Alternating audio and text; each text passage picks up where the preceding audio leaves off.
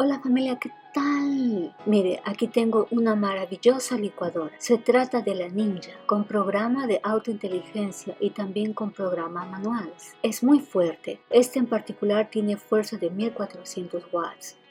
Pues bien, vamos a desempacar juntos y haremos luego un juguito delicioso.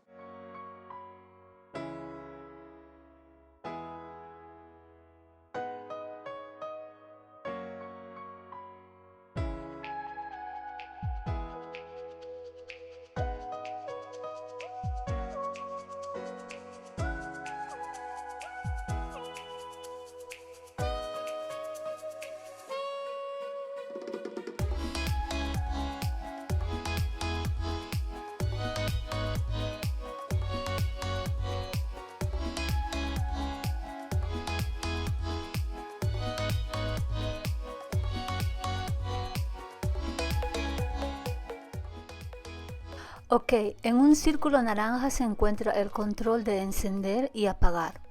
Al lado se encuentran los controles de autointeligencia preprogramada, como son el de batido y el de rompehielo. En la parte de abajo, debajo de la línea, se encuentran los controles manuales de velocidad baja, mediana y alta, y también el control de pulso.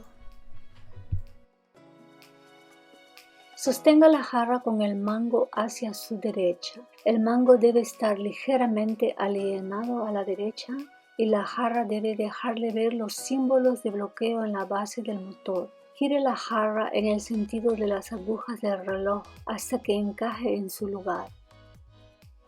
Con cuidado agarre el conjunto de cuchillas apiladas por la parte superior del eje y colóquelo en el engranaje impulsor dentro de la jarra. Tenga en cuenta que estas cuchillas hasta este punto ya se están todavía así como sueltas. La tapa complementa el mecanismo de seguridad de su máquina para que ésta trabaje. El mango de la tapa siempre se encuentra hacia arriba. El mango solo bajará cuando la tapa se encuentre sobre la jarra. Alinee el triángulo de la tapa con el triángulo del mango de la jarra y presione hacia abajo el mango de la tapa hasta que encaje bien. Para quitar la tapa, presione el botón de liberación y levante la manija. Pues bien, ahora que ya sabe cómo usar su máquina, hágase unos jugos irresistibles.